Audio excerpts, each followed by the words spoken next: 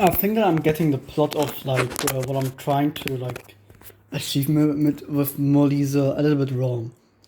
Like what I really want to do with Molise is show the slow descent of peace and prosperity.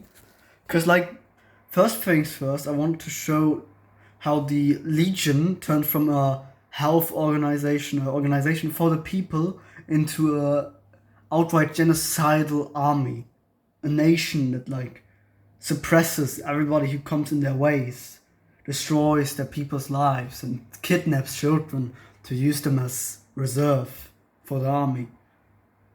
I want also to face Jessica's trauma of the extermination of the North.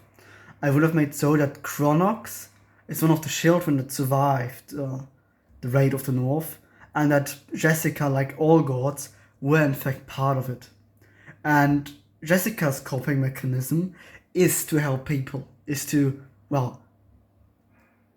as we saw in what I wrote, to hide herself and hide herself in between humans and just pretend she's a human. What I wanted to do is make Chronox try to push Jessica to the edge. And what I mean by that is that he just wants to make Jessica into a killing machine, just like him. And he does in fact succeed, as Jessica is killing a bunch of legionaries. But he never makes it that she actually kills civilians.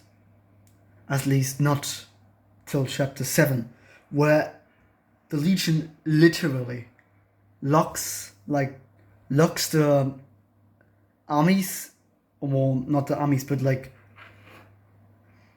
the angels into a city.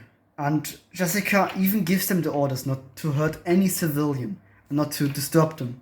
But it turns out that they were hiding a bunch of legionaries and that they get ambushed. And then, not Jessica, but Johanna ordered all civilians to be, executed or imprisoned. And Jessica just watched in horror. Not really in horror, but she just felt empty. Chronox's great plan is just to break the gods, to show them that a human is able to break their world. Even though that Jessica actually kills Chronox, but he gets revived by Makran. I mean, not by Makran, but by Ji, because she actually loves Chronox, kinda, as a friend. But actually, Chronox is also planning to get rid of Ji, as he also blames her for the exterminations. The paranoia of the old gods was a thing. It was in fact a thing. As we would have created a plan B. Crater would have been his plan B, as he saw her as potential, and he made her step even further to Jessica, so Ji would be forced to attack her, but he knows that she wouldn't kill Crater, or at least he hopes so, and Crater would be forced to kill her. Of course that didn't happen, but she couldn't care less about that. She just wants to also have a revenge against the gods. And having a human want the same thing as her, and she wasn't really Chronox, pretty much. They were both what? He was 15 and she was 10. So she is a fucking young god. Literally. Even though she's fucking tall, she is still a teenager. Okay, maybe not a teenager, but she's an adult like Chronox, but she loves him, but he doesn't love her. It's just a one-way relationship. Because Chronox is just going rampant. What we also have is the complete genocide of elves. In the west, at the forest, just they just burn it all to the ground. And chapter 8 and 9 would have seen just pretty much the destruction of the Legion. As even with the Battle of the Metropole being won, they still have to push through a bunch of territory of the Legion now controlled. In chapter 7 I would have also made the Lumuvan Kingdom fucking collapse, because they've been fighting a 4-chapter war against the fucking legionaries.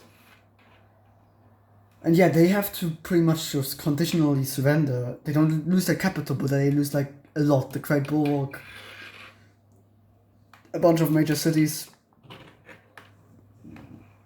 And after the Order is defeated, what will bring like a bunch of death, Jessica gets over it. She gets over the death of Velvet. She gets over it that she killed a bunch of people, and she just thinks, "I'll make it better, so that something like this can never happen again." Also, she has a bunch of problems with her mother. But now we will come to the other main character who will like be main character of the last few sessions, and it would be Greta. Greta will change sides as she sees that the Order is pretty much a little bit too rough.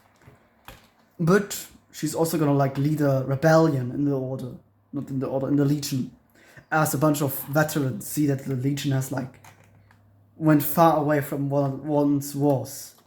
Of course, there's still a bunch of people. It's still a minority, but still. What can be said in the long term is that the Legion will lose the war, but there will be a bunch of destruction. And what I want to do is like,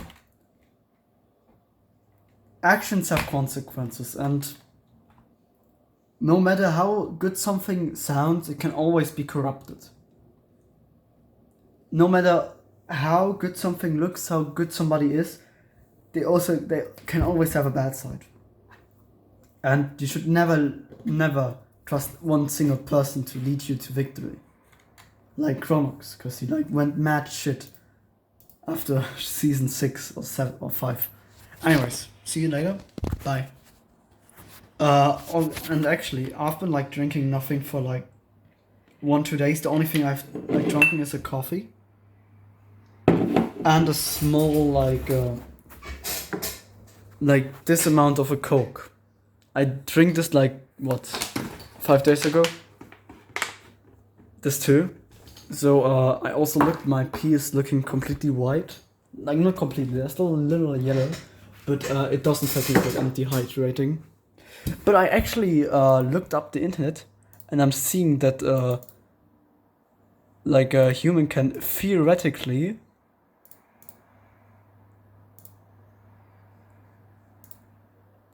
should I drink pale, odorless, and plentiful urine is often an indication that you are well hydrated. Keep drinking the same rate. Yeah, I'm not gonna drink anything. What color is healthy? Pale yellow to amber.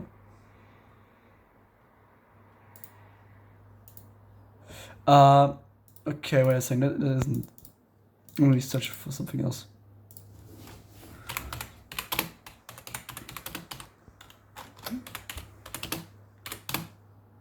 Survive without water. 3 days without water, with estimates typically ranging from 2 to a week. 2 days to a week. Wilderness guides often refer to rule of 3, whatever. Could a human survive 7 days? A person can survive without water for about 3 days. Yeah, actually, 18 days. Of course, I'm not hoping that I'm gonna survive 18 days, because like that would be fucking horrific.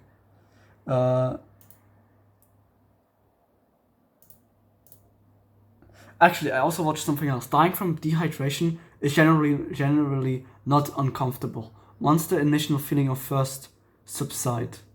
If you stop eating and drinking, death can occur as easily as a few days. For most people, approximately 10 days is the average. In rare instances, the process can take several weeks.